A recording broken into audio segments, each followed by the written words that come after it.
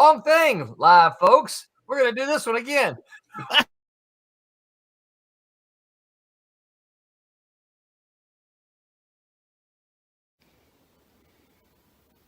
Hey, yo, it's me, Pops Fan Marmalade, and you're watching the Comics-Related Madness Network.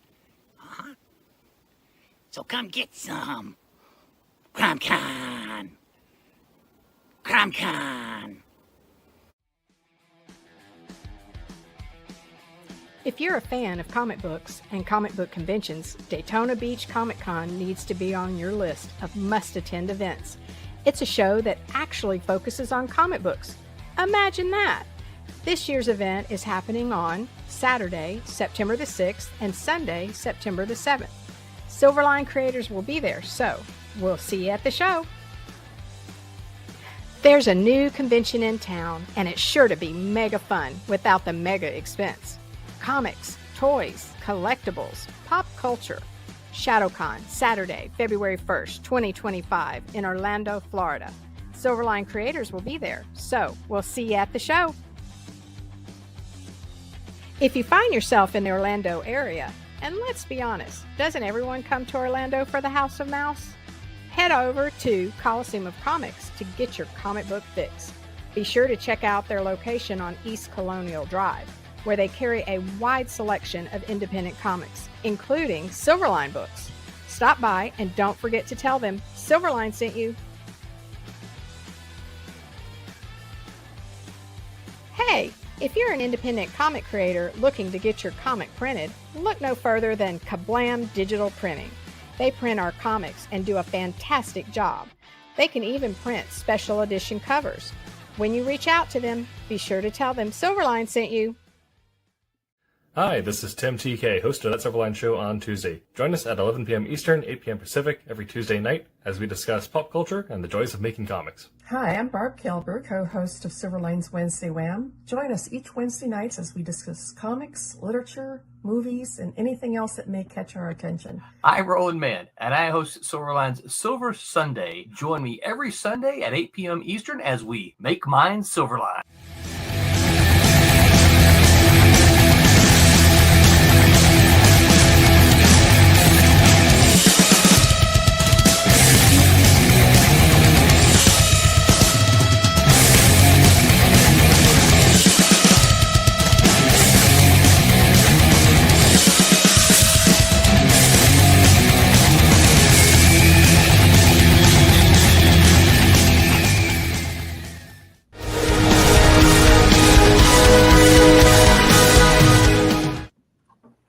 Hello, everyone, and welcome to a Silverline Silver Sunday this January the 26th, 2025. I'm your host, I'm Roland Mann, and I am excited to have tonight's discussion because we're going to find out what grinds Tom's gears. But before we get there, and before I introduce everybody else, I just realized, I want to remind you, no, I'm going to introduce everybody else first. Tom left. Sorry, we're not gonna. He doesn't want to. He's not gonna let us ask what grinds his gears. You ground his gears all too early. I guess so. Yeah. We are joined by that man in the mask guy, Mr. Mike W. Belcher. Say hi, Mike. Howdy, howdy, howdy. How's everybody doing? We are good. We are also joined by human digital colorist supreme, Robert Conroy. Hello. Oh, Tom's back. I had quite enough of all of you, and I'm out. We're also joined by the one and only Mr. Tom Mason. Can you say hi, Tom? He can't hear us. Can you hear us? Tom's having technical difficulties. So for some reason, I'm hearing two shows at the same time. Uh-oh. You might. Oh, so you're doing two podcasts at once? That's pretty cool. You might have a Facebook or Twitter, YouTube open. If you do, you might have the sound there. All right. I know that will happen to me sometimes when I'm trying to share on Facebook. I guess so. I'll get the sound there. You can mute it and keep the numbers up. And we're also agreed. We're also joined by Mr. Thomas Flamani Jr., who agrees with Tom. I do agree. Everything Tom says. It's all right. What, that you're over all of us? Yeah, I've had enough. I've been here 5 minutes, and I'm out.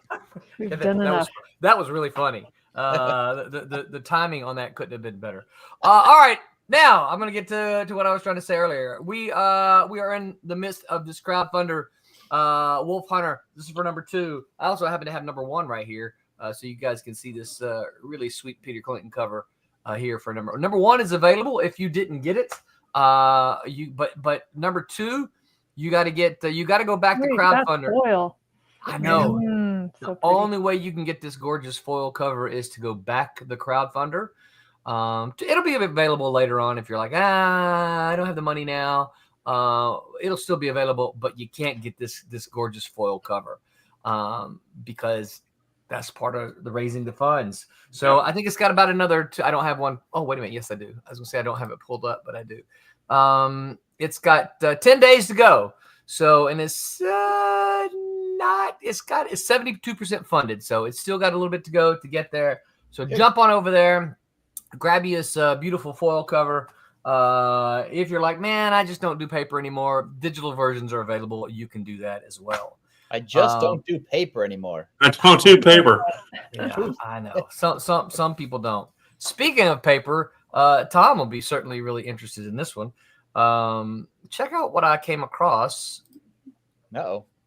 This is an uncut, rag cut, unstapled, right? No holes in it. So it's not like I pulled this thing off the cover. It's never been stapled. You can see here. Yeah. Right. Untrimmed guts. No. Yep. Untrimmed guts is exactly what it is. I didn't realize I had this, but this is the untrimmed guts to Genesis 0. So what's funny is I sometimes get into arguments on Facebook. I know that was a surprise to people, but a number of people will text me and say, "Hey, I've got a printer's proof here," and it's not a printer's proof. It's just untrimmed guts. It's not. Yes. The printer's proof is what you see before the book is printed. If the book is already printed, it's not the proof. Yeah, we didn't go through all that trouble of printing the thing, and And then it's done at that point. Yeah. Well, and if I remember, the printer's proofs were those really nasty looking blue line things. Yeah, blue line things, and they smell like for vinegar. approval. It's just for approval. It's not for use. Yeah. And we had to send them back from what I recall, we had to send them back to the printer because that's the thing too. We'd get a box of 4 or 5 of them. We'd pass them around so all the editors could go through and mark what's right or wrong. And then we'd have to mail it back to them. So you're losing like 4 days of production from start to finish. It's like, no. That's why I love the new way. Yes. Yeah, me too. You just send it to the printer, and whatever you get, you get. Is that what? No, usually they have an online page to check. Yeah. Yeah. And you just go No, there. not if you send a PDF to start off with. All you're going to see is the same thing that you sent. Right. So what's the purpose in it? Yeah. Yeah. Because they could process it with their settings. Well, you want to make sure that everything lines up correctly. And if I've sent the right PDF. Yeah.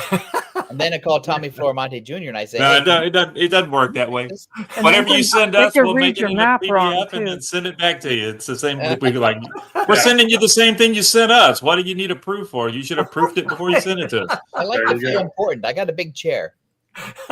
They've forgotten to put page 22 next to page 14. Well, that's you shouldn't have done that. The one thing that was good about getting a proof from the printer is you could actual proof. Hold the physical comic in your hand and see what it looked like. Well, because of the digital printing, there is a thing called a proof. You just order one. Right. Right. That's the proof. Yeah, and then change it if you need to. Yeah. Yeah.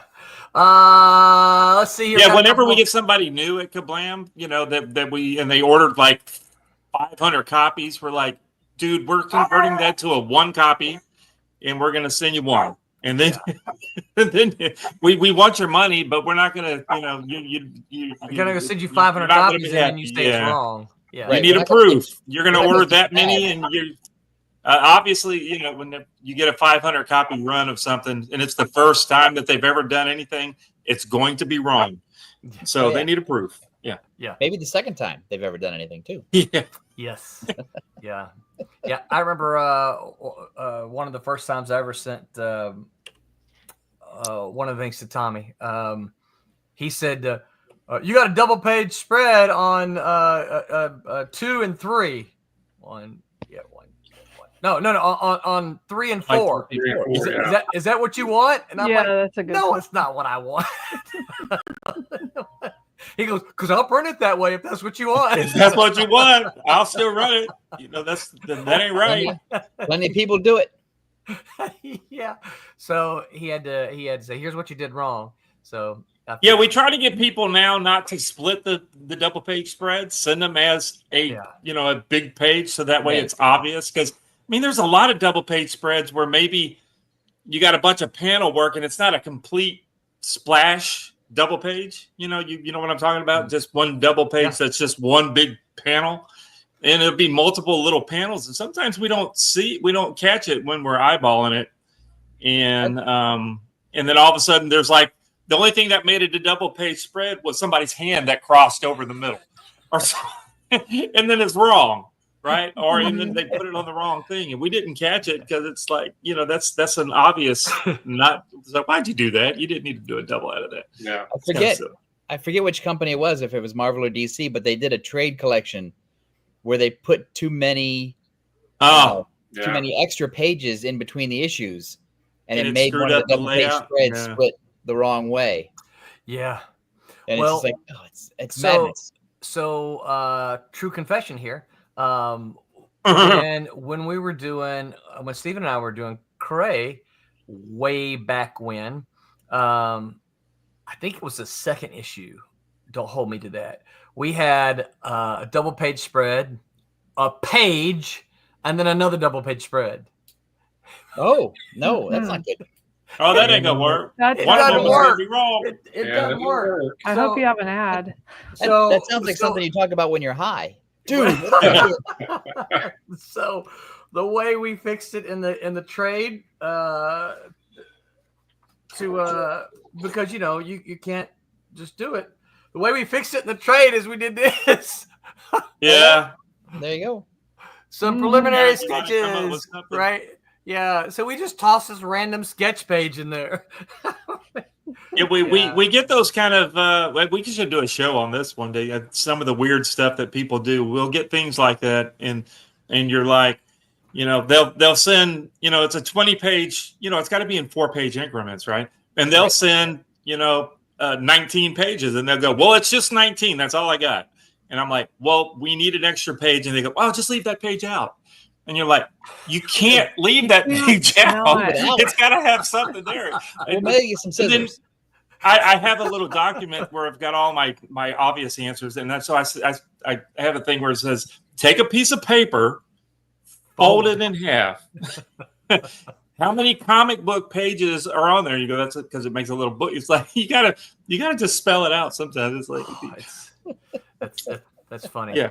Got a couple comments here. Madness Entertainment Group. What's up, Pops? Says, if you'd like to bring your show to book a spot or become a sponsor of the Madness Entertainment Group, LLC, please contact us at Madness Comic on X, Pops Van Zant on Facebook, pops@themeg.tv is the email address. Bloodline Josh Perry says, hi out there. What is up, Bloodline Josh Perry?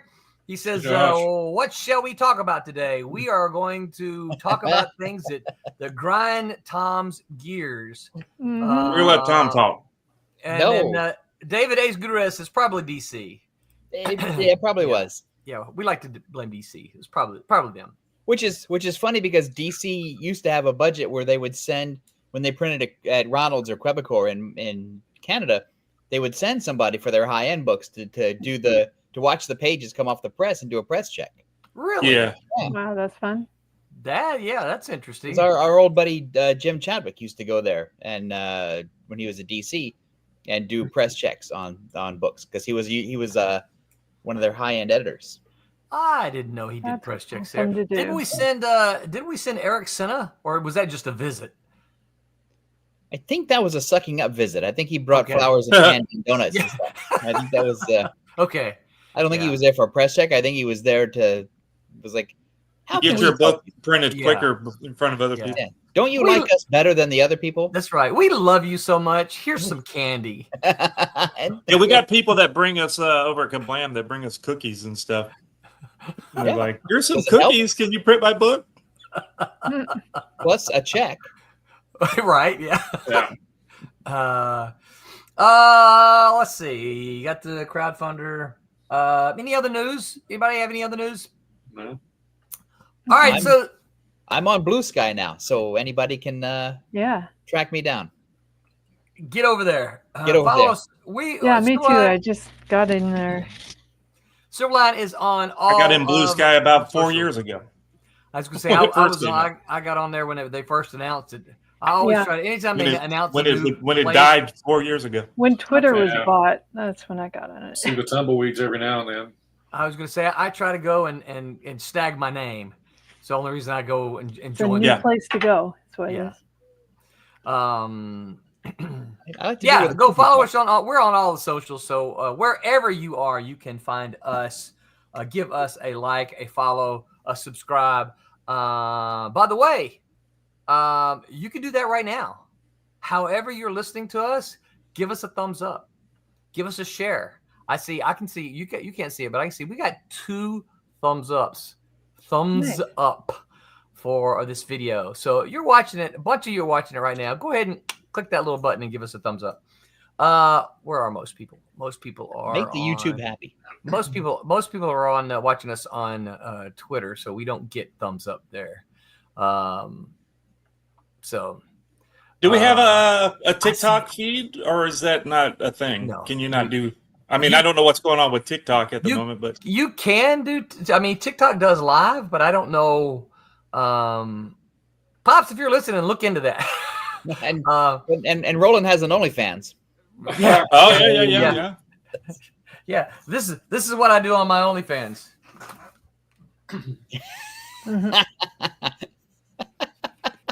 Turn your right. And he's made $100,000 in 20 minutes. Right. Yeah. Yeah, so today's topic is what grinds Tom's gears. We are going to drill down to the core. And you see the color of my shirt? We're gonna see if we can grind Tom's gears so it becomes the color of my shirt. So Tom, the first thing I'm gonna ask you here. Yes. Where's my list here? What's wrong with comics, Tom? There's nothing wrong with comics. All right, we're done. But We're done. There's No, nothing you're wrong. right. People say what's wrong with comics all the time. And what they really mean is comics have changed since I was a child, and I don't like it. Yeah. And Get out of my they're not yard. they're not making comics that give me that same thrill that I had when I was 13. yes. And so therefore there's something wrong with comics. And I would argue that there's nothing wrong with comics. Comics are just fine. Well, and I would And- also say this. Now we're on what? There Roland's- are comics. That's right. What? Roland's gears. Yeah. Yeah. There are comics that are like what you read, but Yes. it's not Spider-Man anymore. Right, It's, and you gotta- it's some independent comic. And the thing is comics are now everywhere. Like, Yes. yeah, they're not at 7-Eleven anymore, and they're never going to be at 7-Eleven again, but they're on your phone. They're in Barnes & Noble. They're in airports. You can order them by mail. You can get them at your local shop. You can pick them up at conventions. You can find stuff you never heard of before by going to a convention. And so I think the problem is just, making sure the audience knows that you're making comics. Yes. So what's And wrong with comics? Because I think we're at the stage where the audience for comics, basically the comic book store has become like the old person's store, the hobby shop, Yeah. and the new kids are getting their comics. They're not going to superhero comics. They're looking for independent comics and manga and scholastic graphic novels and other stuff. But they're eating up comics as fast as they make them. Yeah. Yeah, they are. It's just, So I mean, Spider-Man's not selling what it used to. Heck, the last time I saw numbers for Spider-Man, back in my day, it'd have been canceled. It's shocking, but it's like, it's like complaining that the kids who are in their 20s aren't wearing Levi's jeans anymore. Right. They're not. Yeah. and they're not going to Applebee's, and they're not, whatever. Yeah. But I think you're right. I think when they say, what's wrong with comics is what they really mean is that what's wrong with the comics that I used to read 40 years ago when I was a kid. They're not the same. Yeah. Yeah. But I argue you can still find comics out there like the stuff you like. Yes. It's just not, if you're a Marvel zombie like I was, right? It's just not Marvel anymore. It's somebody else making them. Yeah. Because I read the Absolute Batman, which is the Fat Batman that came out, and it's not the Batman that I grew up with. It's not the Batman from the TV show. It's not the Batman that Jim Aparo used to draw. It's not the Neil Adams Batman or whatever. Yeah. It's still a form of Batman. Yeah.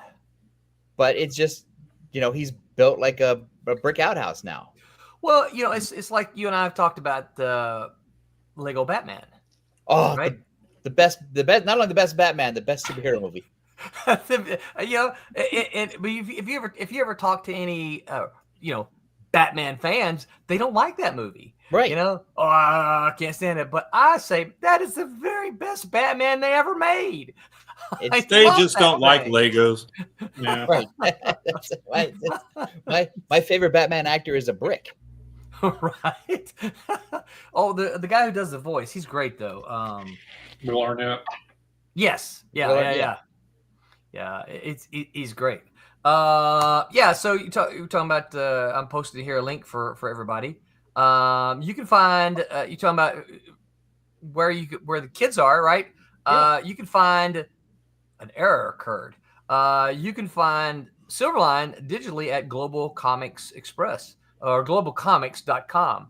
And there's a link there on the YouTube. I'm going to try to get it on Facebook. It gave me an error. But there's a link on YouTube. Can I post anything? I don't know if it'll let me post to Twitter. No, I can't post to Twitter. But I'll try to post to Facebook again. We need followers. Go follow us. It's free. You can get a free account. There are free comics on there. But it's kind of if you pay. So I don't know exactly how it works, but I think you get certain pages. Like you can go and look at one. Like just say Twilight Grim was the last one. Twilight Grim number 2, I think, just came out on Global Comics. You can get like the first 9 or 10 pages. Read it for the first free, but then you have to have an account with. A paid account with Global Comics. All the accounts are free. Right, but then you have to have sample it. You can sample it and see if you like it. Yep, absolutely. Why does it not let me post this to? Excuse me. Anyway, so yeah. Timescale says greets from San Francisco. Hey, Greetings Timescale. to you as well as Timescales. Thanks for joining us tonight. We're finding out what grinds Tom's gears and the rest of us as well. But mostly Tom. Well, I can keep asking questions, Mike. I've got Tommy, one. Roberto. All right, Mike, go right ahead. Tom, what is the number one thing new publishers do wrong? Ooh, Well, I they go like out of that business. one. Good question. Well, they go out of business, yeah, but what could they do better? Go out of business. So I think if they did things right, they would be in business. I think almost always they're underfunded. Yeah. And they overestimate or underestimate what it takes to make comics succeed and what it takes to make comics. I feel that. Because I think because comics is if you're doing serialized comics in a monthly format, it takes you 6 months of expenses just to start up that first one. Yeah. And you're paying out and paying out and paying out before the first one ever comes in. And the first one, if it comes back with sales that are disappointing and you don't make your money back, you're going to eat a lot of cost before you have a chance of turning a profit. And I think a lot of people I see a lot of people with great enthusiasm. Oh, my book's going to change the world. This is going to bring, everyone's going to come here. And it's like, well, it's not. Comics is a long game, and you got to have a lot of money to stay in it. Right. And so I think most people I'm not talking about people who are doing their individual books. Right. I'm just talking about companies. Most companies don't have the money, and the companies that do have the money or have investment money to start up the investors start to get antsy when they see those first sales figures, and they're going like, well, when does the Netflix people show up, and when do the comics sell 1 million copies, and when when am I do the gonna toy get my guys come up? Yeah, when is this going to pay off for me? Because Yeah, that's right. what I'm here for, the payoff. And it's like, well, comics don't pay off like that on a large scale anymore. Yeah. Well, I think a lot of them underestimate the work involved. It's a lot of work to make a comic. Yes. It's easy to get a Kickstarter, and it's easy, hey, give me this money. But it's like, you've got to sit down, and if somebody underestimates, they could do a page a day or 2 pages every week or whatever. Yeah. It's like, people are going to lose faith in you. I mean, look at the Image guys back in the early days. Yep. They didn't, you guys tried your best, but. Well, and you talk about Kickstarter, Mike. One of the things that, Kickstarter was crowdfunding in general, but Kickstarter was those books were bringing in a lot of money for a while, and then no names, but then some personalities got involved and they raised a lot of money, and then they didn't ship books, and it's like, well, hold on now, the rest of us are out here, making 1/20th of what you raised, but we're shipping books, right? We're getting, but because they're big personalities, they raise a lot of money, whether it's their YouTube platform or their their prior whatever, right? They have big personalities, so they raise a lot of money, but they don't ship books, and so then all these potential customers for other crowdfunded books are like, well, I'm not gonna support anymore because I gave that guy $50 2 years ago, and I'm still waiting on a book. Yeah. Right. Well, that's why I think that, and some of that goes to the money, because if you funded it, but you basically underfunded it based on the time you need to make the book, it's gonna take a while. Yeah. And I always try to support books that I like where the book is mostly done. Yeah. Same. Because I don't really want a book a year later. Mm-mm. I sort of want a book within like 60 days or Right. 90 days of when it closed. Yeah. Mhm. Because I've done some stuff. I backed a book by the Sun Brothers. I forget what it's called, and I backed a book by Derek Donovan. Yeah. Which I think it's called Trigger Mortis. And I didn't really understand what I was backing. Right. But when the book arrived on time, everything was great. But it was way beyond what I was expecting. Like, they basically over-delivered and on time. And I thought, okay, these guys, when they do another one, You're there. I'm all in. Yep. Because not only was the packaging beautiful, not only was it on time, and not only was it everything that I wanted it to be and more, it's like, okay, you're my guys now. You're my people. Right. Yeah. I'm with you. Yeah. Yeah. Whereas there's some stuff I'm kind of still waiting for. Yeah. Yeah. Yeah. I've got a list. I think the funny thing is, I think the very first campaign I ever backed was in 2014. I'm still waiting on it. They're working on it. They're working on it. I'm still waiting on it. We got enough. You didn't see the update last week? They've got page 3 done now. They're working on it. I will say most of what I've backed, I've received. Yeah. But there have been, this in comic conventions is how I get most of my comics anyway. So it's not like I'm going to stop, but I do try to be more discerning. And like Tom said, try to see, okay, is this mostly finished? Or are you like, hey, I'm trying to raise $10,000 because I got this cool idea, and then I'm going to make it happen if I can get the money. Yeah, no, okay, I'm not going to do that. Because I sort of understand the script is probably already written. Yep. The artist has done a couple of pages, but an artist, if this is their full-time job, well, bless them for having the ability to maintain it as a full-time job. It's basically a page a day, so that's a month to do a 24-page Maybe job. a while. Right. And if they're doing it in the evenings, then it's probably 2 months. Yep. And then the lettering and the coloring each take their time. Right. And so you're looking at, if it's only partially done, it's at least 60 days from closure. And then you got to print it. Then you got to print it, and then you got to ship it. Then you got to ship it. So you're 90 days out. Yeah.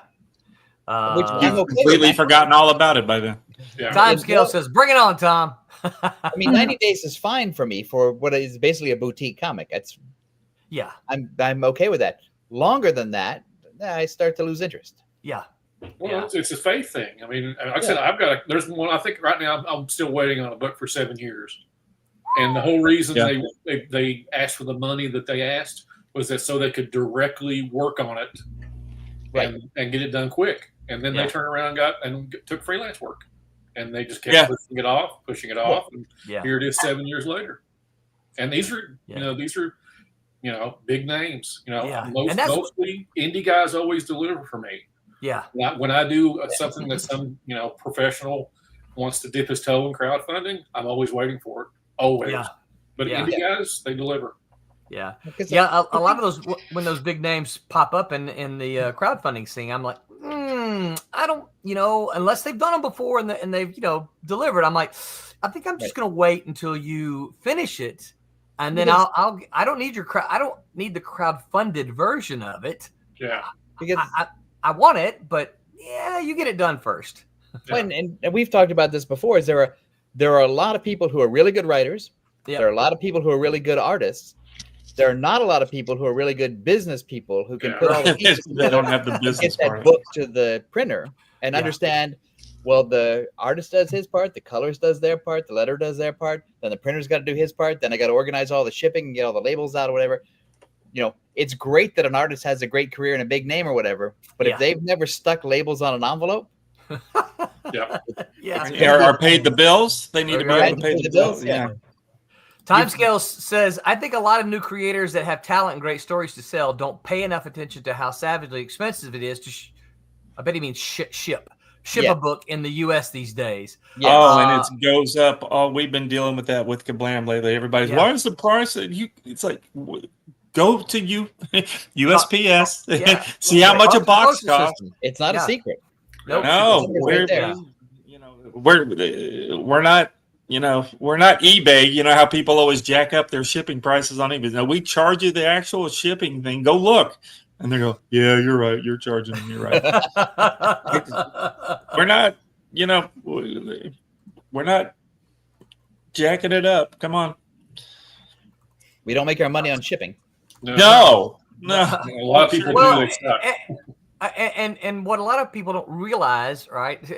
And correct me if this is wrong, Tommy, is when we charge for the shipping, what we really mean is that there's shipping, but I've also got to pay for the bag. I got to pay for the box that it ships in. The Gemini that it's shipping. The Gemini, thank you. The Gemini. I mean, I got to pay for those too in order to get. Yeah, and the ink for your printing out the labels and all that kind of stuff. So there is a little bit of handling fee, right? That's part of the handling thing, and the. If you're factoring in the whatever it is, the PayPal amount, if you're putting that all in, there's a little bit, but shipping, what the shipping is, right? And it stinks right now. Ooh. So to get back to Mike's question about I forgot the exact question, but it's what publishers do wrong. Now I'm so busy trying to remember the question, I forgot my answer.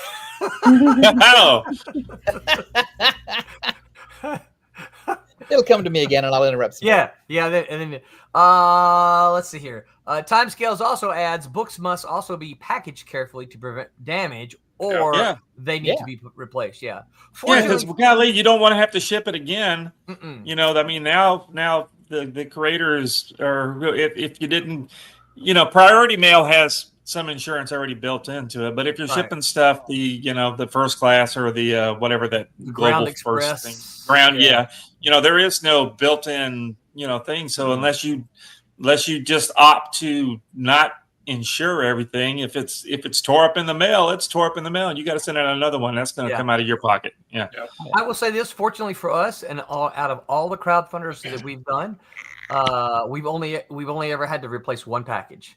And lately USPS has been really not doing timely. Their priority stuff's getting way behind. We shipped somebody to somebody the other. We expressed it so they could have it in time. We did them a favor, and we shipped it out like on Tuesday to get there by Friday. It didn't get there until the next week, and we expressed it. It costs like $150 to express it. Did you get your money back?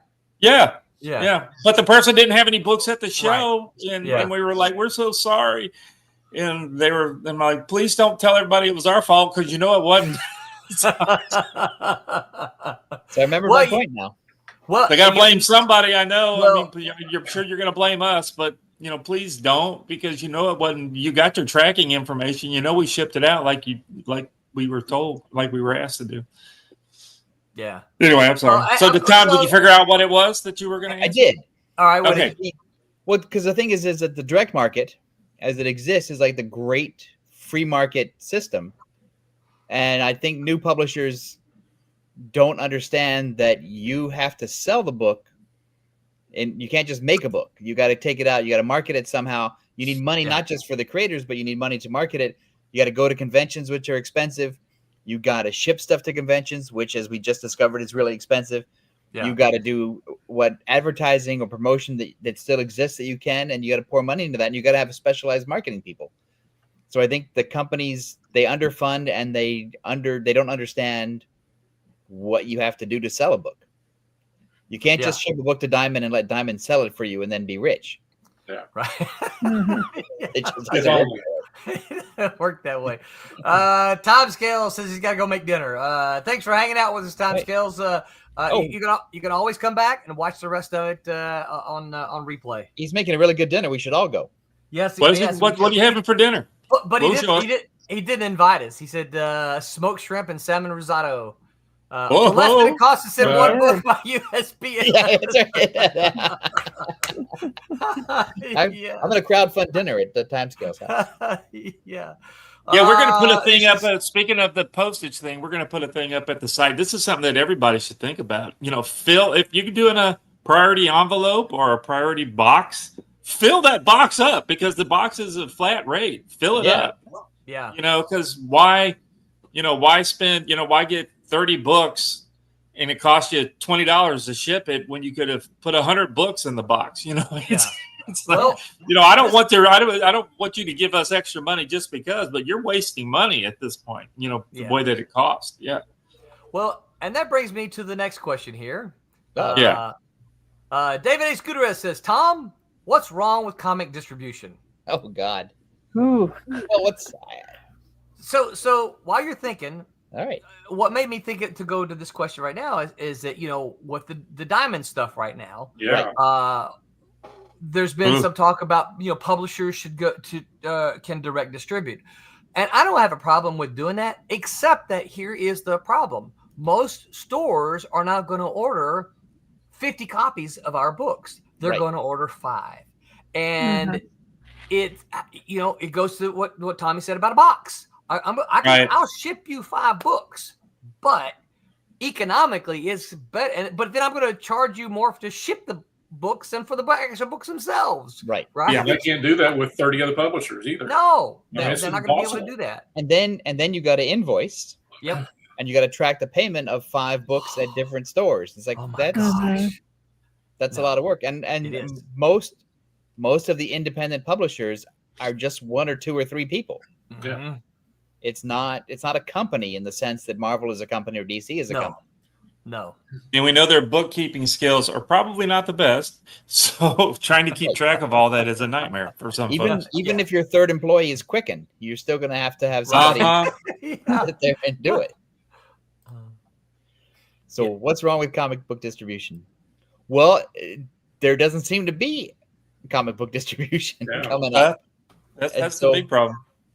I think one of the things that I dream about, then because Roland and I were texting this back and forth this week, is that we kind of wish there were still regional distributors, Yes. and that because the industry was weirder, but the industry was sort of stronger when there were more regional distributors who just did their segment of the country. Yeah.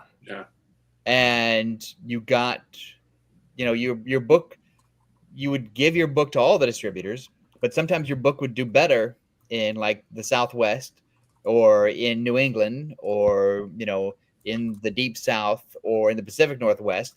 And you could sort of track where your audience was and who your best distributors were for your books and stuff. And it was easier. I mean, it was work because there were 7 or 8 or 10 distributors. Yeah. but it was better for getting your book out. And so I don't know what's going to happen with the future of comic book distribution if Diamond actually goes under or gets bought by somebody else.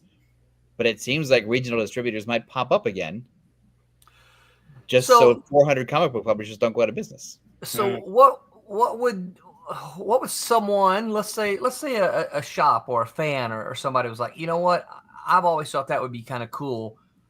I could be a regional distributor. What would somebody like that need to do? Oh man, I don't even. Well, I'm out of my area because I don't even know what that's like. Yeah. But I think you certainly need a warehouse. I would think you would need, or you just need like 10 local area stores to join forces. Yeah. Because there was because that's where the savings come, right? It comes in. As a publisher, I can ship 100 books to one location and then let them divvy those out to the 10 different spots. Because the retailer, in theory, the retailer shows up at the warehouse on Tuesday night or whatever, and you're not sub shipping to the store. The store comes to the warehouse, picks up their books for the week, off they go. Yeah. I mean, that's how it used to work in the good old days when we were young people. Well, so do you think, and the rest of you too, do you think there's a chance that could happen now? You think that with the whole Diamond, and we don't know what's going to happen with Diamond, but do you think with the whole Diamond situation that there is a chance that could happen again? Well, it depends on how people view comics as a business.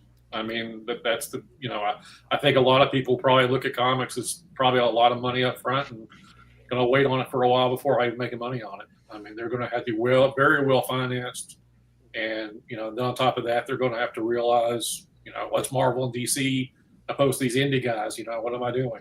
Right. I mean, there's just a lot there.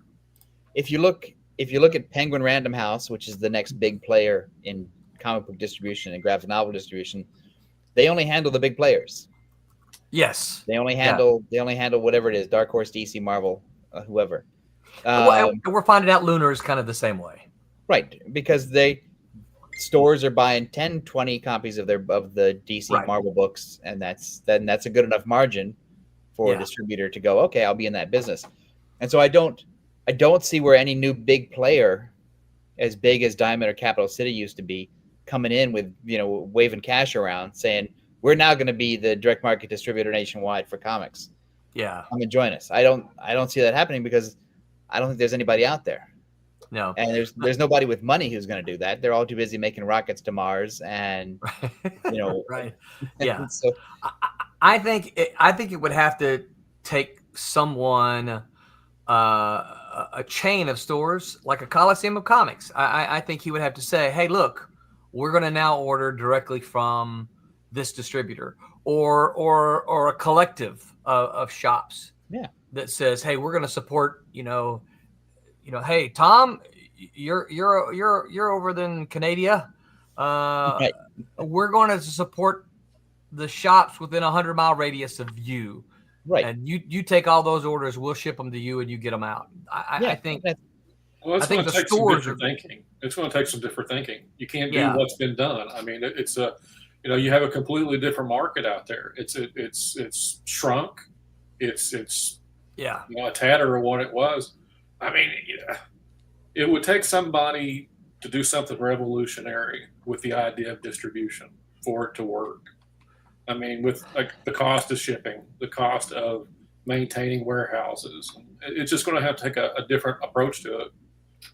I mean, it would be funny if a bunch of print-on-demand services could be distributors across the country, and then you'd eliminate the shipping because, you would send your book to wherever, and it would print, and then the local shops could go pick up at that print-demand place. Kablam could be the distributor. Who's going to do that? Kablam could be the indie distributor for instance, for Florida. Yeah. All the comic shops in Florida can get their drive over. Pick them all up. Not necessarily drive over. I mean, you take them on your shipping can be on a spot. That would be akin to the distributors that were regional. I mean, you would you would also get the printing money. There'd be alternate revenue Right. for someone to pick up distribution, because then you're not only distributing it, you're also printing it. And like I said, you're across the country, get a kind of a syndicate of printers that also, it's like, hey, in this particular region, you come and pick up your books. I mean, Yeah. like I said, somebody would have to be really organized to do it, and it's a pipe dream, but it's a thought. So I think the only things, I mean, I've never worked distribution. I've only worked with distributors, so I don't understand the mechanisms that have to go into it, but it's a lot of work. Yeah. And it's basically it's one of the unappreciative jobs in comics is unpacking, packing, repacking boxes for retailers. Yeah. Because no one gets into comics going, you know what I want to do? I want to pack boxes on Tuesday night for retailers on Wednesday. And now Diamond is just in the one location now, right? Yeah. Right. And so they've got to split it, that one spot's handling everybody. So this is either going to drive everybody to digital because they can't buy comics at stores anymore, which I don't think it's not likely. No, I don't think so either. Or retailers are going to band together in groups, but they're still not going to support the indiest of indie comics.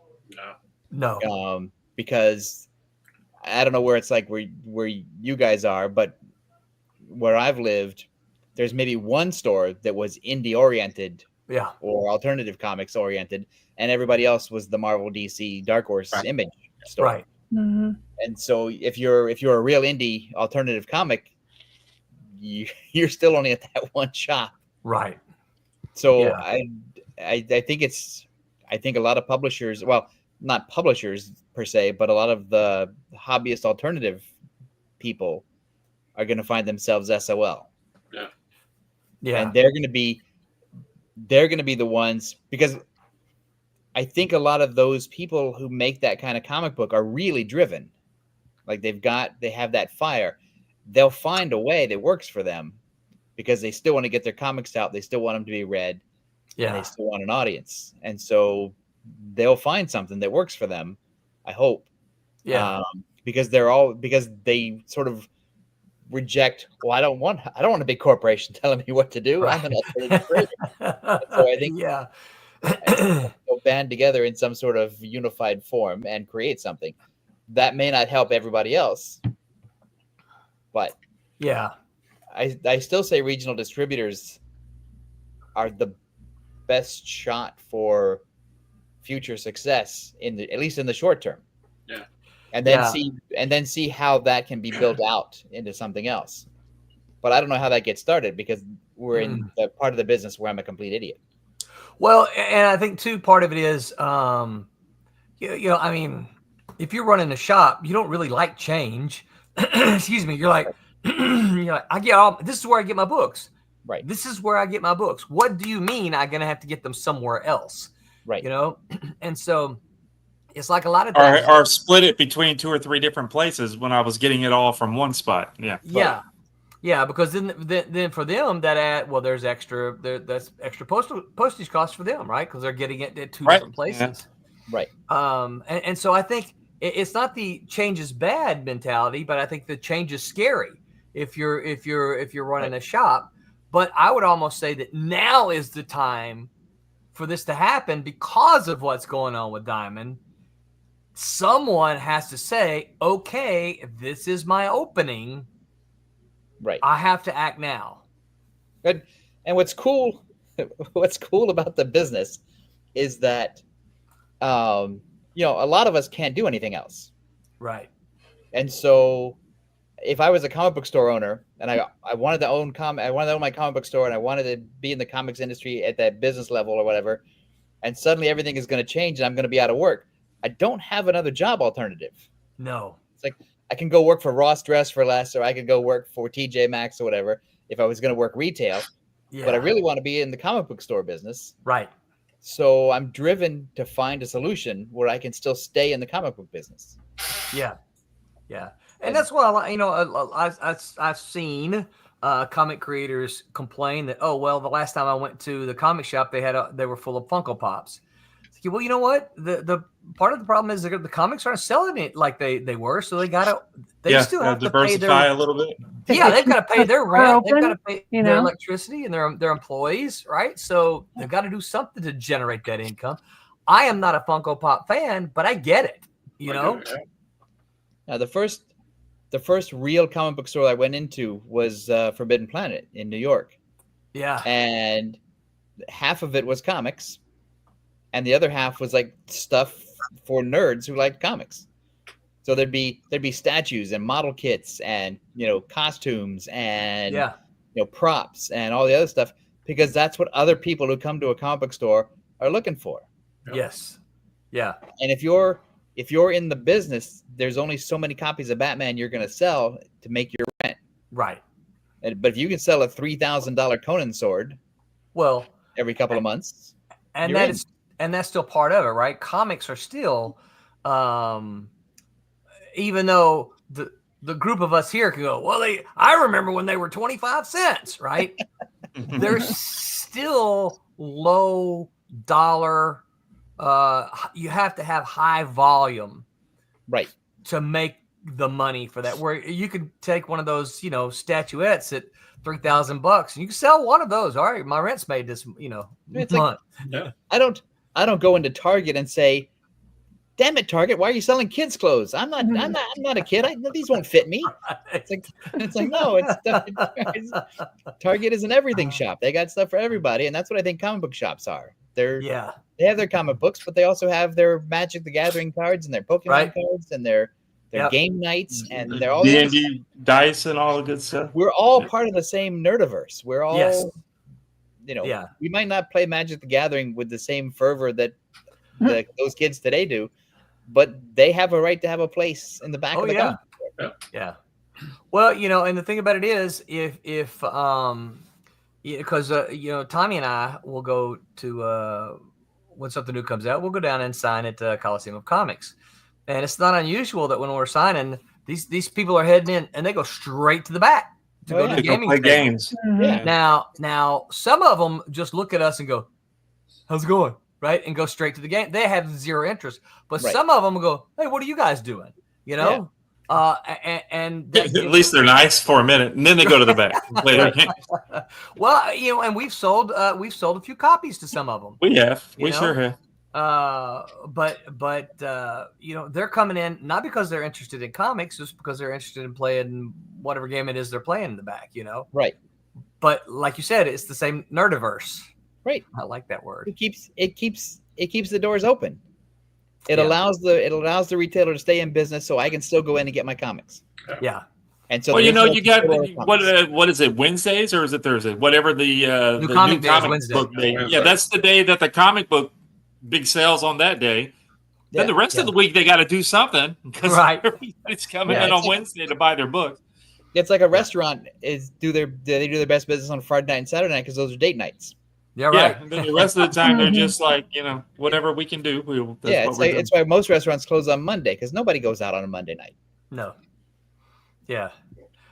Yeah, and also they don't open at 9 a.m. Right. So there's David A. Gutierrez, Grey Wolf says, "Hey, chat. What's up, Grey Wolf? Thanks for hanging out with us. We're finding out what grinds Tom's gears and solving all the problems of the industry while we're doing it. We fixed it." David A. Gutierrez says, "What do you find is the most common misconception or mistake new creators make when they try to sell their wares?" Yeah, Tom. Well, I think some of them have a very high opinion of their work that the work doesn't represent. So there's that. So what about, think about go back with me, if you will, Tom, to 1980. I know that you guys had to have, because I remember when I was there, we got a bunch. So back in the Malibu days, you guys had to get so many submissions. Yes. Aside from the fact that most of them weren't up to they were ready. They just weren't ready. They weren't ready. Yeah, they weren't creatively ready. What were the problems that they had? Well, if they're kids, it's different. If they're kids and they're 13, 14, 15 years old, they're not supposed to be ready necessarily, unless They just need time. They just need time. And so you try to just not destroy that hope that they have or that dream. It's like, you're just not, I don't want to break this to you. I don't know. And I don't want to hurt your feelings or whatever, but you're not ready. Right. You need about 10,000 more hours. Yes. Of study and drawing and work every single day to get ready. It's like, because Van Gogh didn't just start painting when he was 13 and have it look like he did. Right. It takes work and it takes time, and you've really got to. It's not like, I'm not your mom. You're not showing me art that I'm going to put on my refrigerator and pat you on the head. So, work at it. Yeah. Be professional, and if your work. Like, if I put your work down next to like a John Byrne page or Bernie Wrightson page or Frank Miller page or whatever, can you see the difference? Right. Yes, I can. Yes. Yeah. So I think until you can hold up to the people who are already being published, you're not ready. And so keep working at it. Now, if you're 55 and you're still drawing like a 13-year-old, there's no, and you're time only for you to make an independent book is what you need to do. But I met a lot of people who were in their 50s or late 40s who only want to draw Spider-Man. Yeah. It's like, we know some. No, or Batman. Or Batman. And you want to tell them, like, look, you're probably not going to draw Batman. Right. So make something. And when the editors say, we're not going to hire you to draw Batman, you stop. Right. Move on to something else. I don't understand the singular goal of like, I only want to work for DC and I only want to draw Batman. And I met a lot of people who were like that. Yeah. It's like, okay, but there's a difference between my goal was always to do Spider-Man stuff, but I was going to take any other job that came along. Right. But then finally when I got to do Spider-Man, it was cool. But I wasn't like, Spider-Man's it or nothing. Right, or I'm out. That's no, I was never like that. So I think and I assume we're talking about David's question is more about people who are not working for Marvel or DC, but people who are trying to make their own comic book. Yeah, I would think it too, because he says new creators. And I think because the audience isn't just. I think the biggest misconception is the belief that the audience is there. Like, if you build it, they will come. Yeah. And that's not the way it works that's not the way it works in baseball. That's the way it works in movies. That's not the way it works in comics. Like, the audience, there's an audience there. Yeah. They're not necessarily going to come just because you made something. Right. And I think there might not be enough of them. They might be there, but is there enough of them for that particular thing that you drew that made it worth all the while to do? Yeah, and I think that's that. And then I think that's the thing that heartbreaks a lot of people. It's like, well, I poured my heart and soul into this thing. I made it. Nobody showed up. Yeah, but that's fantastic. Me and 3 other people are going to buy it. Was that enough for you? Right. No, I thought a couple 100,000 people. No, 4 people are going to long and I'm sorry. And that's the other thing too. I'm one of them. Here's my money, but I'm it. It's a long game. So if you've created one comic and you've published one comic and nobody shows up, do you still want to be in comics? If you do, make another one. Make another one. Put your money together, do another one, and keep doing it until the audience shows up or until you just give up. Yeah. And I think those are the misconceptions that people have. Yeah, Roland and I have a guy and his son. The son keeps coming around our tables all the time. He made a book. Right. And then I'm like, have you worked on the next book? And he goes, no, I'm still promoting this one. I'm like, no, the next book needs to be done. He's printing it at Kablam. And it looks pretty good. And I'm like, you need to work on this next book. And he goes, well, no, I'm still doing this one. I'm like, no, this one's been done a half a year now. You should have already had another book out. What do you mean? I've met a bunch of people over the years who want to be screenwriters, who want to work in television or whatever, or write movies. They've written one screenplay, and they don't want to write another one until they sell this one. So that one's sold? Yeah. That's not how any of this works. No, it's not. The average break-in time for a screenwriter is 10 years, and you generally have to have 10 scripts written before the next one is any good. Yeah. Yeah. Because you're still learning and nobody will care. Yeah. And so that's comics is the same kind of long game. One comic book of your genius. That's great. Congratulations. Right. It's not, you don't even have a toehold in the industry yet. No.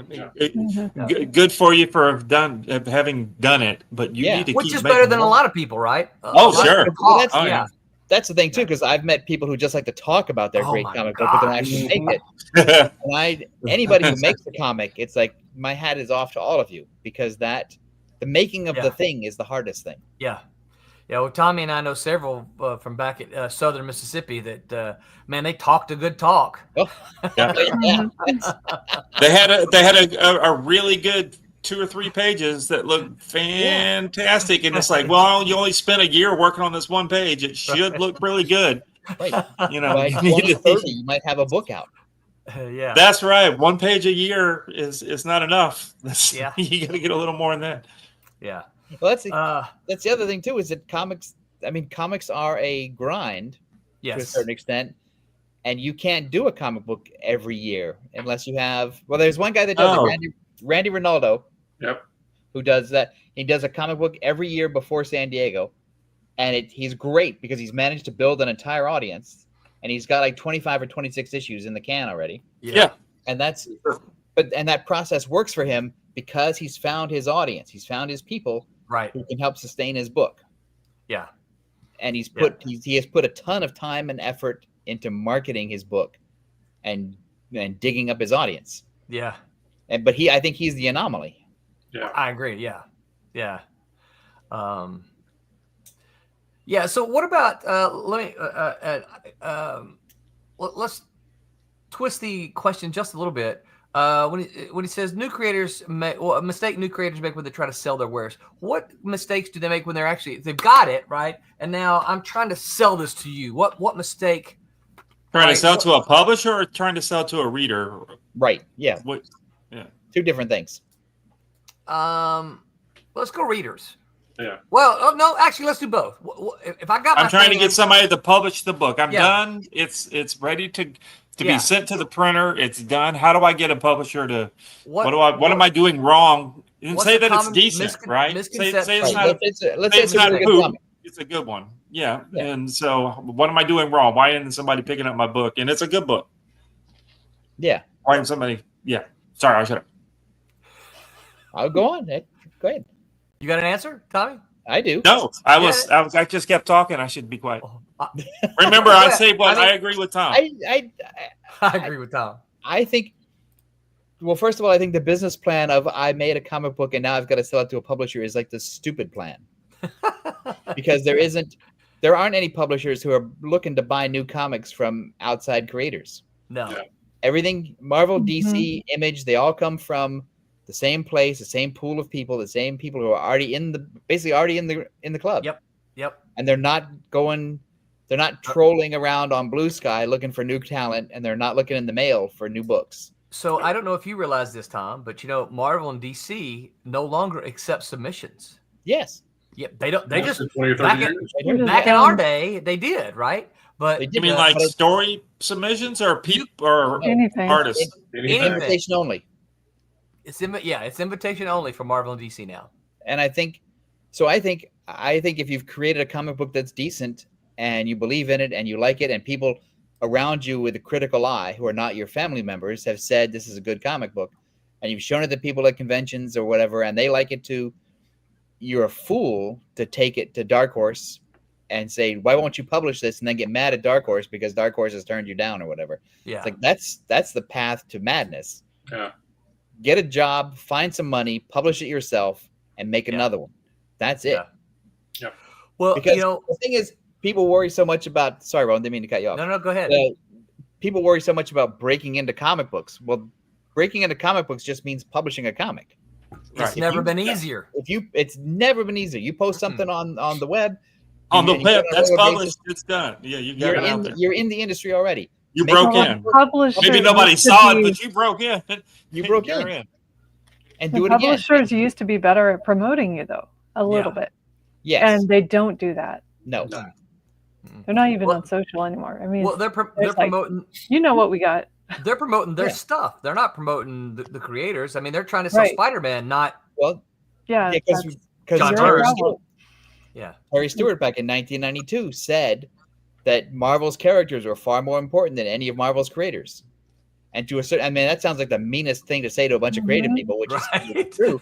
But for But a it's huge also- business like that, it's probably But true. it's also right? accurate to a It certain is. extent because there have been 100 guys and women making Spider-Man and making Fantastic Four and Yeah. making all these other comics.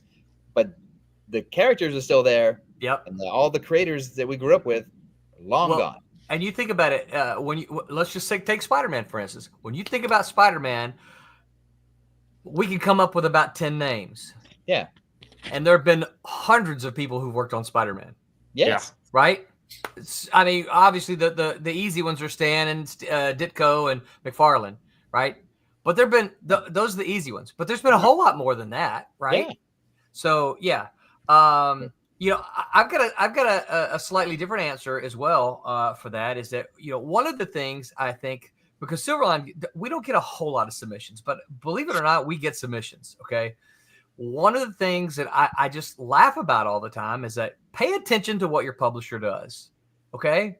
Right. If your publisher publishes, I mean, you don't like when people send you porn books? Is that what you're trying to say? you know, be aware of the content, you know, because when you send me something that is clearly not a Silverline book, I'm going to look at it and go, you haven't read a single thing that we've done. Right. We don't do those kind of books. Yeah. You're just blindly sending me stuff, which I get, but it's like, no. It's like, be aware of the content that is produced by the publisher that you're submitting to. David was asking the common misconception or mistake. Just because, you know, you're like, this is great. I know it's not like your other books, but you'll want to do it anyway. Well, Right. no. It's a category you don't have. You need to start this. You need to start this adult line, Roland. Come on now. Yeah. So I have to laugh at that all the time when I Yeah. see those. I'm like, yeah, come on. David said, great answer, all. You're welcome, David. Thank you for asking the good question here. Grey Wolf says, I have almost 35 pages finished on this current project and about 10 pages of the final volume. There you go. Yep. Let 'em go. Yeah, I mean, I don't know how many times we say this on this stream, but there's never been an easier time to make comics than today. You know, just do it. Yeah. It's like you can't go on social media and not see a comic. And I don't mean like a superhero comic like Superman or Spider-Man or whatever, but they're people, tons of people from all parts of the world, from, you know, all genders, all countries, whatever. They're all making comics. And sometimes it's just a little 4-panel grid with the punchline, and sometimes it's a narrative story. There's a great comic on Blue Sky called Swords, which is basically about a barbarian and his sword. And the creators managed to find a joke constantly about just that. It's really creative and fun. And there's like a 1 or 2 panel strip called Sharks, or all about sharks, or just about sharks, which is just sharks. And it's funny as hell. And so just make comics. Yeah. And that's it. Make comics. Yeah, it's just, you know, I was trying to search around on Twitter this past week. I think it was this week. It might have been last week. There was a discussion about, and I think it was all kind of, it stemmed from the idea of Diamond and how if Diamond goes under, it could destroy the independent market. What's going to happen? You know, all these speculations running around, and I get it, right? But one of the things, I just can't find it. One of the comments that kind of what the ideas kind of went around was that comics, as we know them, are geriatric. The idea that our whole thing is all old people now. None of the new people, right, buy these. Now, Tommy and I, we do a lot of shows. I see young people there at these shows all the time. So they're there. Is that a true thing? Are comics geriatric now? Well, there used to be the theory that if Marvel and DC could get their comics into TV shows, Yeah, that the audience would show up, and that To the shop. to the shops, and that makes a certain amount of sense to marketing people. It's like, well, if we just put the X-Men TV show on TV, all those people will come into the stores looking for X-Men comics, and we'll convert them. And that's never been true, apparently. It did not work. That doesn't correlate. Every time there's a Batman movie out, there's a bump in sales of Dark Knight Returns and Batman Year One, and that's it. They don't stick around. Yeah, all my buddies, when they said, Thomas, this happened in the X-Men movie. Can you tell me about this character? I'm like, you can go get the comic. No, just tell me. Right. Because comics are the only business that requires you to buy a lot of material every Wednesday. Yeah. No other business requires me to buy new pants every Wednesday, or it doesn't. And so, but comics does. Comics, if you go to the store and say, I watched the Batman movie on TV, now I want to get some Batman comics. It's like, well, there are 400 of them that just came out last week. Yeah.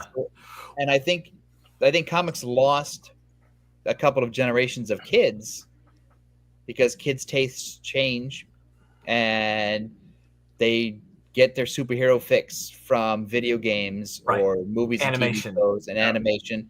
Yeah. And it's not like when we were kids, there was nothing else. No. And so comics, there were 3 channels, and there were comic books. And that was it. And then Edgar Rice Burroughs paperbacks. That's all we had. Gilligan's Island and comic books. That's right. And so now kids have a lot more options, and the comics aren't competing. Yeah.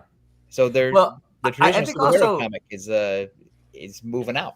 The entry point for so many of these comics today. All right, let's say you're an X-Men. Oh, look, I saw this X-Men movie. Fantastic. I'm going to go check out the comics. You go up there, and there's X-Men, there's New Mutants, there's Uncanny X-Men. There's it's like, wait. I just want the X-Men, and then they leave because there's too many options. Turned off. And the comic books usually follow a different editorial path than the movies. Yeah. And so that's, it's you're not it's like, this isn't the guy the same Thor. Is that the same Thor that's in the movie? I want the Thor from the movie, not the Thor from the comic book. This isn't the same Spider-Man that I saw on my TV. Right. So where do I go? What do I get? It's like you have to sort through 15 different Spider-Man comics to find the Spider-Man one. And I know that sounds like an old man complaint, but I think that's a young person's complaint too. Is that if you don't know what to get, you're not going to get any. Well, and this is the reason that for me as a kid, I had zero interest in Superman and Batman and DC because there were too many options, and I didn't know the difference because I didn't know them. Right? I didn't know. It's like, well, why does Superman not know Batman over here? Right? Or why does I don't get it? Bob Haney didn't know the difference. Where's Robin? Right? Robin's over here, but he doesn't exist over here. I don't. I different Robin. Get it. Yeah. Yeah. Are the movies are so I just bought Spider-Man. Based off the movies are based off of issues that came out 30 years ago, and so now they go in and it's not the same stories or the same people or anything, because it's like in the new the new Marvel thing, they're working on the Secret Wars, right? When did that come out? In the 80s? Right. So they're putting a story that came out 40 years ago. That's going to really confuse people. But the Secret Wars will go up, and the comics will go up in values, right? And then they'll reprint it again. They will. But maybe some of the new folks that are watching the movies going, "These movies are great." And they show up to the store and they go, "These aren't the same." That's the same thing. People. Also, I think the Secret Wars movie, when it comes out, is going to be way different from the Secret Wars comic book. I think so. Yeah. So it's name only at that point. Yes. Yeah. Well, it's like with Deadpool and Wolverine. Last summer, they killed off Deadpool in the comics. Right. So you've got characters on screen, and they're going to the comic shops looking. Did they really? I didn't realize that. Marvel just killed him off. I forget what Batman movie came out. There was a Batman movie that came out right at the time in the DC comics they'd broken Batman's back, so he wasn't fighting. Yeah. It's like, okay, you guys are in the same building. you could. Yeah, you couldn't. could You speak realize together that and make sure we're this doesn't telling happen. two different stories. This is not right. Why is Batman not fighting because his back is broken? But here in the movie, he's doing just fine. Yeah. yeah. We can't decide what Batman's supposed to look like. Who is he? David Escudero said Bob Haney had the perfect view of continuity. Okay, I don't know who Bob Haney is. The only thing I can think, Bob Haney is the guy from Green Acres, isn't he? No, that's Mr. Haney. That's Mr. Bob Haney was with DC. He was the guy who didn't care. He wrote Teen Titans. He co-created Teen Titans, I think, and he wrote almost all of the Brave and the Bold issues in the late '60s to the early '80s. And he was a guy who would bring in. He didn't care about continuity at all. Yeah. Okay. And so he would do these team ups with Batman, where he would bring in Batman and Spider-Man in the Brave and the Bold. Batman and Plastic Man. Yeah. Batman and Plastic Man and Brave and the Bold, but his Plastic Man was not this goofy, wacky guy who was turning into luggage and park benches or whatever to solve crime. His Plastic Man was more a tragic hero. So if you would, as the story unfolds, you realize that the Plastic Man in Bob Haney's universe is tired and sad and all stretched out, and oh, woe was me, which made for a good story, but it wasn't really Plastic Man, and nobody cared really. Yeah. And so he got the nickname Zany Haney, I think, for his for his ability to discard continuity. And wasn't that kind of the attitude until Marvel came along? And wasn't that kind of the attitude of comics? Is that there's not really continuity. It's just there's a story here, then the next one there's another story, then there's another. Yeah, because DC only. That's why whenever DC did something that was weird, it was always an imaginary story. Yeah. Yeah. So when Superman was suddenly a centaur, or when Batman had 3 heads or whatever, or when Lois Lane suddenly became ugly that nobody would marry her, it was all imaginary, because then they would just reset it for the next issue. Yeah. They were treated more like sitcoms. What they all of a sudden the next issue would come up and they'd go, "Psych, we're starting over." We lied. Well, Batman wasn't. It didn't work. If it worked, we'd have kept going with it. It didn't work. We're trying something else.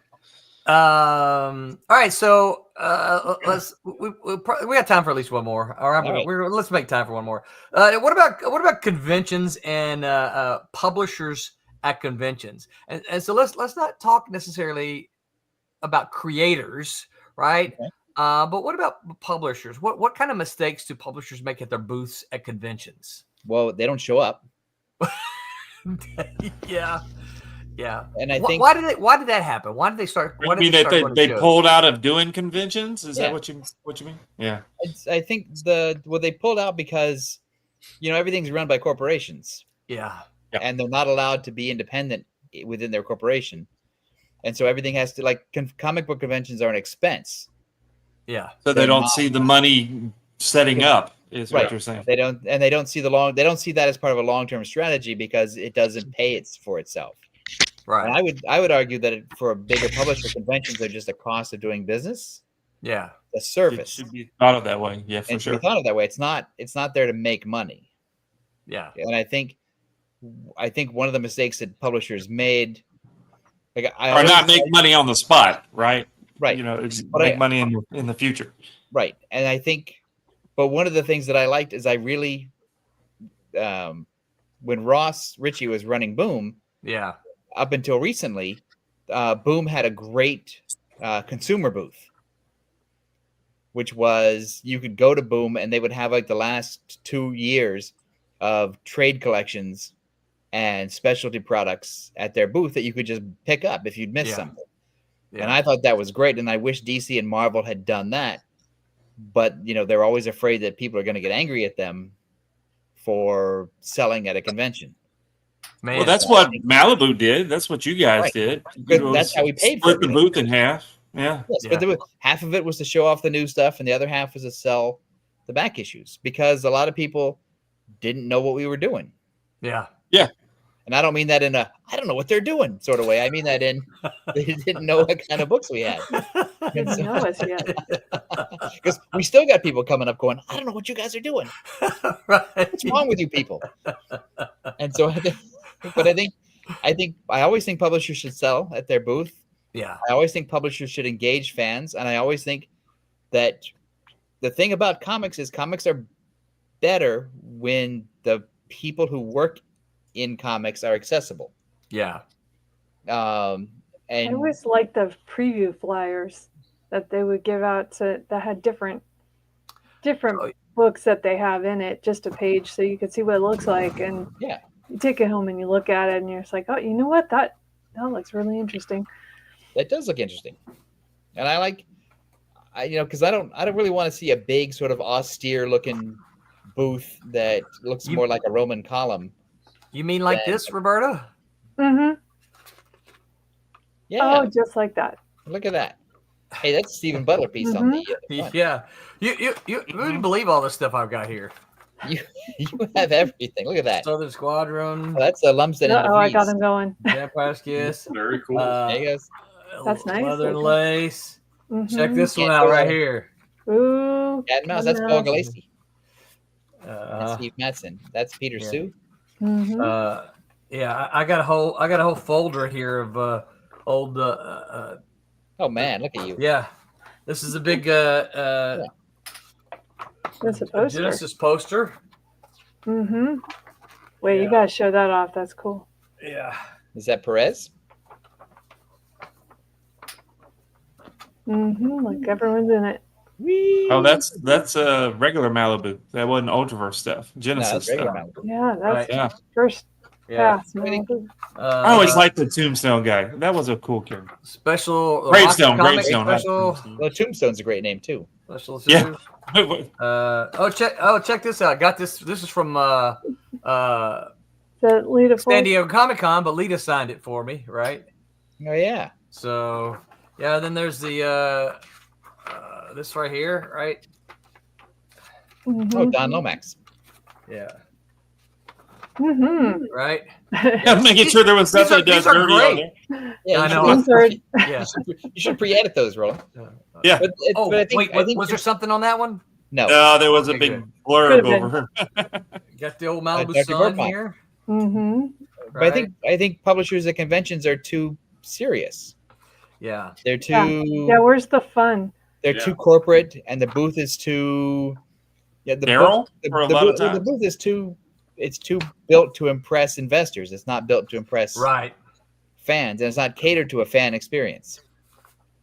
Yeah. And so I think that's and I mean, there's really only two publishers who do that. It's Marvel and DC. And Marvel doesn't. Marvel shows up to show movies, and DC doesn't show up. DC shows up to show statues. Yeah. And so, I got a. Oh, I didn't realize I had that one in here. Buzz and Bell with the Malibu Sergio. Sun. Mm-hmm. Yeah. Yeah, I had I have this folder has just been sitting here in my desk. Every time I move, it moves too. Yeah, so this is a bunch of little flyers. This is literally just a single page flyer that Malibu did. look at that. Yeah. I love it. So Showing us all day. I probably art directed that, and I don't remember it. yeah, you probably did. Yeah. So what about? So we talked about the bigger publishers, Tom. What do you think? Someone like someone small like a Silverline. Do you think it's important for a small company to go to the great big shows like Nope. San Diego? No, I think it would because I think people have a lot of mistaken assumptions about the big shows, which is they're going to go to the big show and the world is going to open up. They're going to get invited to the exclusive party, and magical things are going to happen, and the movie and TV money is going to roll in, and Marvel and DC are going to love them, and it's all going to be, and the fans are going to turn out. And I think that's not real. Yeah. And so, I mean, go if you want to and have a good Right. time. Don't go Because it is fun. It is fun, but don't go expecting massive success. Like, don't. Right. It's like, I'm going to go to this con. It's going to make me. I'm going to be like, I'm going to be the king or the queen when I come out of there. It's It's funny like, no. because Tommy and I know a couple of guys who go and set up there in the Indy Row, and the only reason they go every year is because they this one guy. I like the guy, right? And I even like the books he does, but he's only ever done #1 issues, right? Every year he does like a new #1 issue. I say every year. I don't know that it's every year, but he never does a number 2, right? None of the series are ever finished. But the concept is he's going because Hollywood is going to discover his properties. Of course. You know? Yeah. Let's see. It Mhm. doesn't work that way. Yeah. I Well, think he's been doing this for at least 10 years, probably longer. did he have a show on the air yet? No, I don't think so. But I think the smaller regional shows are less expensive. Yeah. And so that you're not going to lose a lot of money. Right. And you can still get your word, get the word out to people. Yeah. Yeah. And slowly build your audience. But again, that does take time. That does take money. That does take effort. It does take a weekend out of your life, because there's a convention every Saturday. Yeah. Yeah. Somewhere. So, Yeah. Speaking of, we got one this weekend. That's right. David A. Scooter says, was that a taste of Roland's OnlyFans? yes, that's right. You owe Roland $10 now. That's right. Agent Cub, what's up? He says, what grinds times gears? He goes, I go to cons to get the con crud. It's not what I planned, but it seems to happen like it did last weekend. I gotta confess, I'm generally pretty lucky. I don't think I've ever gotten sick except for maybe one time at a convention. So, 2 things I learned, and I learned these from Maggie Thompson, who was the former editor of Comics Buyer's Guide. Number 1, don't shake hands. What's wrong? No, I think us setting up at shows is probably the way that we don't get the con crud. Because we're behind the table the whole time, Right. and not in the mix of everybody. Yeah, so there's a little buffer. Well, and I still bring hand sanitizer with me. I do shake hands. Yeah, I don't shake anybody's hands. It's all fist bump. Yeah, they have fist bump. Yeah, but I carry the hand sanitizer. There for a while here locally in Florida, when the rest of the country shut down, we were still doing shows. But one of the things that a couple of the con organizers asked, they said, "Hey, if you would, everybody bring a big bottle of hand sanitizer and put it on your table." Right. And so you could walk around the convention and just every table you could get you some hand sanitizer, and by the end of the weekend, my hands are chapped and red. Right. Yeah. Agent Cub says it's hard not shaking hands. It's a force of habit. Yeah, I agree. Yeah, it is. It's a force of habit until you break the habit. Yeah. Yeah. But the thing is, what broke me of the habit is I don't want con crud, because I don't want to bring con disease back and live with it for another week. I'd rather. Yeah. Like I said, I guess I've been real lucky. I think only time that ever happened to me is someone was sick. I mean, like real sick. Right. And then I got sick. All right, Tom. Well, we have certainly exhausted. And I got one for Tom. All right. What is it? Tom. All right, Tom. I know this one really gets you, and it drives you insane. What happened to Malibu and Marvel? 2 minutes or less. You have to read Tell us the truth this I gotta time. read my What book. happened? Yeah. The truth is that Marvel bought Malibu to keep Malibu from going to DC. Okay, there you go. That's it. Okay, we're done. That's good. That's pretty simple, isn't it? Because I know you get that question. I see it on Facebook all the time. Right? You jump in there and it's like, shut up. They didn't buy him for the art department. They didn't do this. You didn't. Just shut up. You're Shut asking up. that sort of question all the time. The funny thing is the people who want to argue with him. Oh, yeah. Yeah, they do argue with you. Oh, that's not what happened. I know, right? No, you're wrong, Tom. You're wrong. You were People born in think they know. 1995 and you want to argue with Tom? Yeah, who are you? Yeah. I don't remember seeing you in the meetings, young man. That's right. Yeah. Yeah. I do find that pretty amusing. It doesn't grind my gears, though. I find it very funny as well. Because Well, no, I know it really doesn't, because you're writing a book. So why would it really? Yeah, it's just, You're too upset. what you find out is how people really interpret things. Yeah. And how they get stuck in an idea that's in their head and facts don't change their mind. Yeah. So Yeah. I can't wait to read your book. I'm excited for when it comes out. David A. Scooter says, but the coloring department. Can I say bought they him for the didn't coloring department. know what they had? they didn't know No, what they had. didn't. And then when they found They out, what didn't they know there had, was they're a like, coloring "Oh department." crap, we need them." Yeah. Right? Yeah. Well, that was the thing. That was what everything. everything saved. The people who saved the coloring department were Mike Giles and Mark Grunwald. Thank you. Mike Grunwald, yeah. And they kept it. Marvel wanted to kill it like from day one, and eventually Mike managed to hold on to it until Mark Grunwald called up and said, "I could use some coloring." Yeah. Well, then it was like, then he what is something like, is it true you guys can color a book in 3 days? yes, because he had one that was late. Yeah. So the story is that Roberta colored the whole book. All by herself. Grunwald was an editor on Captain America, and Marvel had instituted a policy of 3 strikes, which is basically if you had a late book, it was going into your personnel folder as strike 1 or strike 2 or whatever it was. And after strike 3, as any of us who've worked in the corporate field know, you can be eligible to be fired because they have cause if you have 3 strikes. Right. Not that they would fire you, but just that at any point they hold that over. Yeah, you should be worried at this point if you don't get your crap straight. So Grunwald didn't want to strike, and he'd heard that Malibu Comics could color a book in 3 days, and so he called up. Grunwald only knew Chris Alm at the office. He called up Chris and said, basically, dude, I'm screwed. I got a book due in 4 days or whatever it is, and I got to send it to Ireland, which is going to take a week for Marvel's studio in Ireland to color it. Can you guys help me out? And Chris, who didn't do any of the coloring schedule, just called Mike Giles and said, Mike, help this guy out. Make this happen. Make this happen.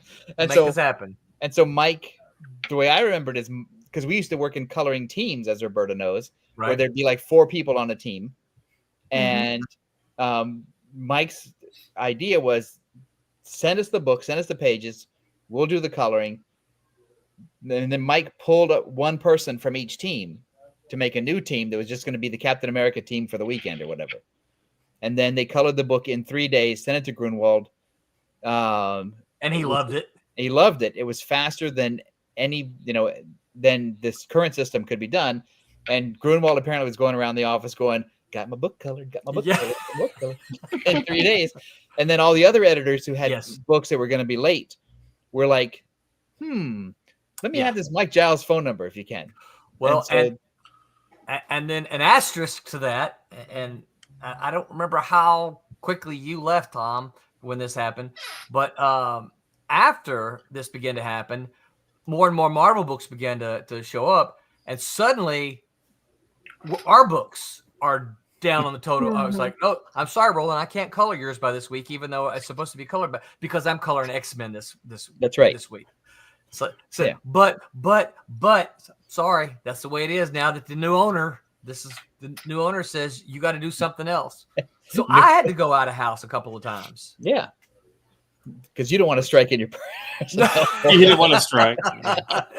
Yeah. Well, Roland probably always had like 7 or 8 strikes already, so he didn't care. Yeah. I can't tell if this is a serious question or not. I think this is tongue in cheek. But he says, "What do you know, Tom? Were you there?" I'm pretty sure that's tongue. It's Agent Cub. It's got to be tongue in cheek. Yeah, I think it's tongue in cheek. For those who might not know, yes, Tom was there. I was there. I was in the rooms that Roland wasn't allowed into. That's right. And then when Tom would come out of the room, we'd say, "What'd y'all say? What'd y'all say?" Also, I was in the room where Roland would be like, "I don't want to be in that room." that's the last. Do I have to be? And also, I didn't really want to be in the room either, but I had to be. That's right, because you were one of the big mucky mucks. That's right.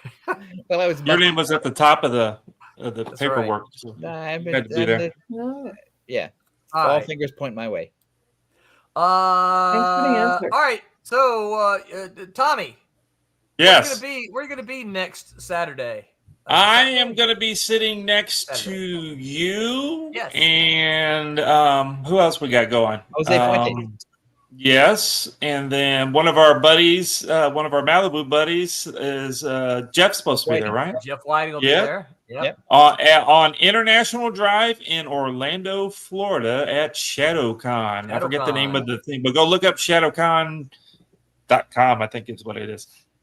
And you'll get the address. It's right there on International. Actually, it's not too far down from the office where this place is at. I looked up the the map to see exactly where on International Drive it is, but it's closer to Universal, so it's Free it's- parking. I saw, Oh yeah, it looks like I it's saw huge. them It's one of the nicer. announce.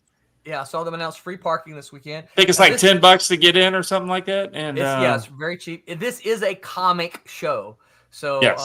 those of you who like comic books, this is a show that you need to go to because it is a comic book show.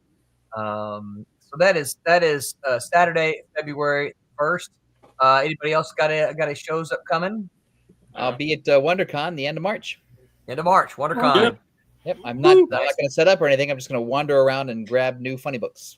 Oh, see, you're going to expose yourself to the conch crud.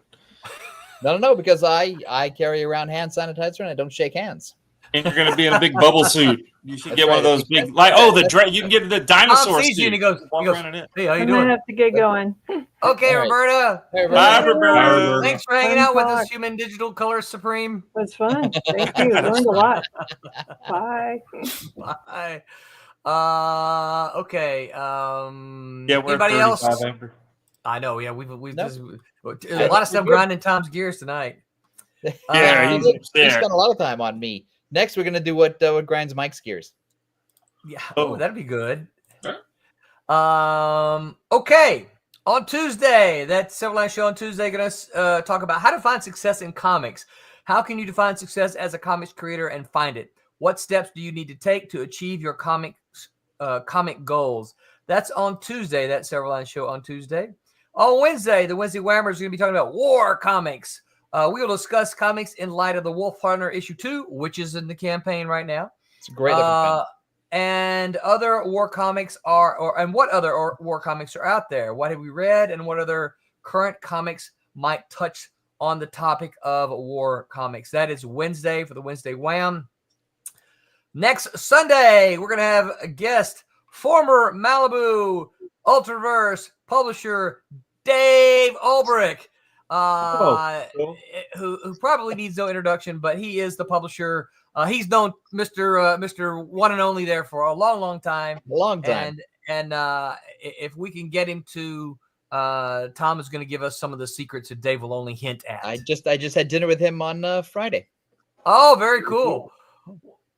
And I had dinner with David Ace Gutierrez last Monday. Really? Oh, Yeah. you should have shared the pictures with us. We don't take selfies. Oh, come on. We don't. Are you saying that's what the kids do? That's what the kids do. I don't even remember to take my phone out. I don't either. My kids complain about it, and I'm trying to get better. Yeah, and because how are we going to document your life? Well, they're like, well, and I'll say, oh, I saw so and so, and I talked to so and so, and they're like, oh, well, did you take any pictures? No, I was busy talking. You were busy Like, oh, talking. you- Yeah. And of course, they know me well enough to know that I don't have a problem talking. But What? they're like, they're like, you need to take more pictures, Dad. So I'm trying to be better about that. All right. Anything else, fellas? I don't think so. No. All right. Well, Time to get some dinner. thank Dinner. you all for hanging out with us.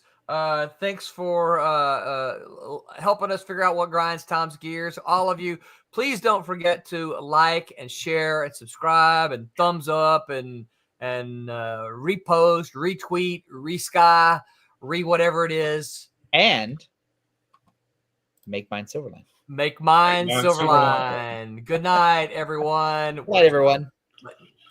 Hi, I'm Greg Horn. Make mine Silverline.